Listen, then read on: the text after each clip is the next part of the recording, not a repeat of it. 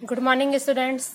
मैं पूजा मैम आज आपको स्टैंडर्ड 12th में चैप्टर 2 का आगे का पॉइंट है जो हम लोग आज उसको देखेंगे और मैं आप लोगों को उसको डिटेल में एक्सप्लेन करूंगी। तो आगे का पॉइंट है कि आर्थिक विकास की परिभाषा क्या। आर्थिक विकास की परिभाषा अलग अलग अर्थशास्त्री ने अपने हिसाब से किस तरह से दी और किस तरह से वो अपने मंतव्य के अनुसार आर्थिक विकास की व्याख्या को लोगों के सामने प्रस्तुत करते हैं। तो आर्थिक विकास की परिभाषा के पहले हमने कल देखा था कि आर्थिक विकास का अर्थ क्या है और आर्थिक विकास होने से कौन कौन से क्षेत्र में किस तरीके का परिवर्तन आता है, किस क्षेत्र में ज्यादा प्रमाण में रोजगार का प्रमाण देखने को मिलता है और किस क्षेत्र में कम, या कौन कौन से क्षेत्र में नए नए संशोधन रिसर्च होते हैं, वो सब हमें देखने को मिला था। तो आइए देखते हैं परिभाषा की तरफ कि एक माइकल टॉडेरो है। कौन है? माइकल टॉडेरो। इनकी व्याख्या एकदम ईजी है और ये आर्थिक विकास की व्याख्या 1 नंबर का क्वेश्चन तो एग्जाम में आता ही आता है कि आर्थिक विकास अर्थात क्या। तो आप लोग इस सिंपल से परिभाषा याद कर लोगे। माइकल टॉडेरो के मतानुसार आर्थिक विकास की परिभाषा होती है कि आर्थिक विकास यह क्या है, बहुपरिमाणीय प्रक्रिया है। क्या कह रहे हैं माइकल टॉडेरो कि आर्थिक विकास एक बहुपरिमाणीय प्रक्रिया, मतलब कि सिर्फ एक परिमाणी नहीं है, बहुत सारे असर इसमें देखने को मिलते हैं, बहुत सारे क्षेत्र में इसकी प्रक्रियाएं देखने को मिलती है। इसलिए कहते हैं कि आर्थिक विकास एक यह बहुपरिमाणीय प्रक्रिया है। उसके बाद में जी.एम. मेयर कहते हैं कि आर्थिक विकास एक ऐसी प्रक्रिया है कि जिसके अंतर्गत गरीबी रेखा के नीचे जीने वाली जनसंख्या में वृद्धि ना हो। क्या करें? आर्थिक विकास कैसी प्रक्रिया है कि जिस प्रक्रिया के अंतर्गत गरीबी रेखा के नीचे जीने वाली जो जनसंख्या है उस जनसंख्या में वृद्धि ना हो और आय का वितरण अधिक असमान ना हो, मतलब कि आय का जो वितरण है वो असमान ना हो।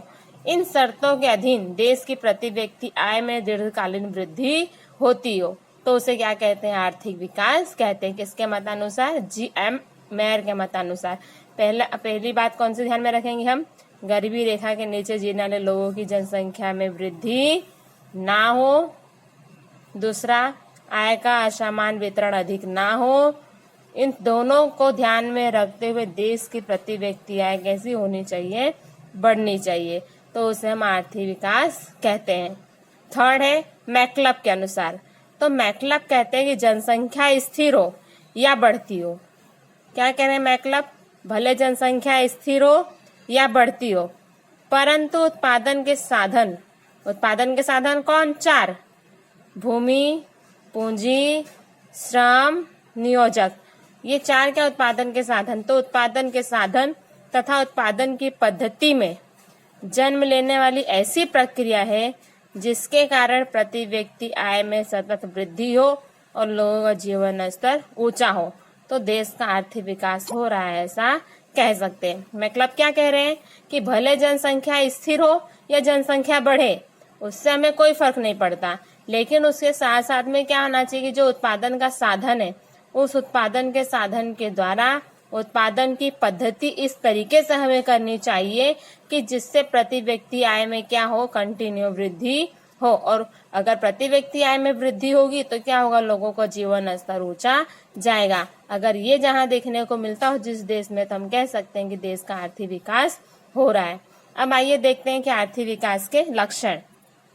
आर्थिक विकास के लक्षण में पहला है आर्थिक विकास यह सतत चलने वाली प्रक्रिया है। कि मतलब ऐसा नहीं है कि आर्थिक विकास हो गया और हमने रोक दिया। ठीक है, आर्थिक विकास क्या होता है? हमेशा कंटिन्यू चलते ही रहता है। देखिए, आर्थिक विकास की प्रक्रिया निरंतर निश्चित दिशा के क्रम में धीमी परंतु मजबूत प्रक्रिया होती है। किसी भी देश में विकास की प्रक्रिया शुरू करने का काम सरल है परंतु उसको बनाए रखने का कार्य मुश्किल है। सामान्य रूप से विकास की प्रक्रिया शुरुआत में तीव्र होती है। क्या कह रहे हैं कि जो आर्थिक विकास की गति होती है या उसकी जो प्रक्रिया होती है उसको शुरू करने का काम तो सरल होता है परंतु उसको बनाए रखने का कार्य मुश्किल होता है। तो सामान्य रूप से विकास की प्रक्रिया शुरुआत में तीव्र होती है परंतु समय बीतने पर विकास की प्रक्रिया धीमी हो जाती है। एक एग्जाम्पल ले लेंगे, जैसे कोई डैम बनाना होता है। ठीक है, तो डैम बनाने का कार्य कैसा होता है? वो निश्चित होता है। ठीक है, और लंबे समय तक चलता है। उसकी प्रक्रिया भी कैसी होती है? मजबूत होती है। और उसको बनाए रखने का कार्य भी कैसा होता है कि मुश्किल तो होता है, लेकिन वो जो डैम बनाना होता है वो डैम हम शुरुआत में कैसे करते हैं? सारी माल लाते हैं, सारा कारीगर को एकत्र करते हैं, फिर किस तरीके से हमें डैम बनाना है उसके बारे में हम लोग क्या करते हैं? ब्लूप्रिंट भी बनाते हैं, फिर धीमे धीमे क्या, स्टार्टिंग में ये प्रक्रिया फास्ट होती है, लेकिन धीमे धीमे धीमे धीमे वो डैम बनते बनते बनते क्या हो जाता है, काफी टाइम लग जाता है। तो क्या कहते हैं कि समय बीतने के पर क्या होती है, विकास की प्रक्रिया धीमी हो जाती है। कि जो डैम बनाने का कार्य होता है वो स्टार्टिंग में फास्ट गति से बनता होता है, लेकिन धीमे धीमे देखते देखते साल 2 साल बीत जाते हैं। सेकंड है परिमाणात्मक और गुणात्मक परिवर्तन।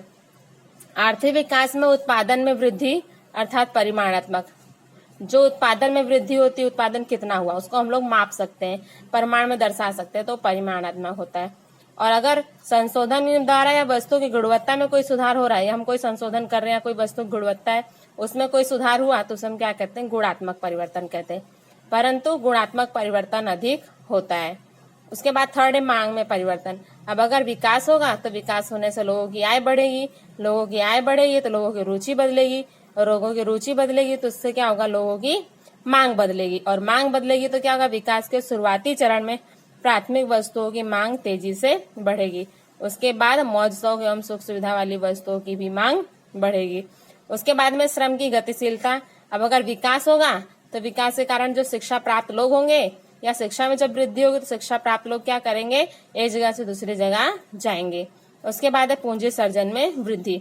अब विकास होगा तो विकास होने से क्या होगा, लोग अलग अलग वस्तुओं की मांग करेंगे, और अलग अलग वस्तुओं की मांग करने से क्या होंगे, नए नए साहसिक क्या होंगे, आगे आएंगे। जो वस्तुओं की मांग करते हैं वो नए साहसिक क्या होंगे, बाजार में आगे आएंगे, जिससे पूंजी सर्जन और पूंजी निवेश के दर में अधिक वृद्धि होगी। पूंजी सर्जन मतलब क्या, नए पूंजी का निर्माण करना, और पूंजी निवेश मतलब क्या कि इन्वेस्टमेंट करना। उसके बाद में लास्ट पॉइंट है कि टेक्नोलॉजी में परिवर्तन होता है। तो विकास होने से अग्नि और पानी पर आधारित जो टेक्नोलॉजी है, उन टेक्नोलॉजी के बदले कोयला एवं लोहे पर आधारित टेक्नोलॉजी अपनाने से भी विकास दर तीव्र बनता है। मतलब कि जो पहले जब विकास नहीं होता तब लोग क्या करते थे, अग्नि पर, आग पर या पानी पर आधारित टेक्नोलॉजी का उपयोग करते थे, लेकिन अब जैसे टेक्नोलॉजी में परिवर्तन हो गया तो लोग उसकी जगह पे लोहा या कोयले पर आधारित टेक्नोलॉजी को अपनाते हैं। और उसके बाद सातवां है निश्चित चरण के बाद विकास की प्रक्रिया स्वयंभू हो जाती है। एक ऐसा चरण आता है कि जो विकास की प्रक्रिया क्या होती है, अगर विकास हो चुका हो तो फिर धीमे धीमे क्या होता है, विकास आगे अपने गति से बढ़ते ही रहता है। तो बस आज के लिए इतना ही, आप लोग अपनी नोटबुक में इसे नोट कर लीजिएगा। धन्यवाद।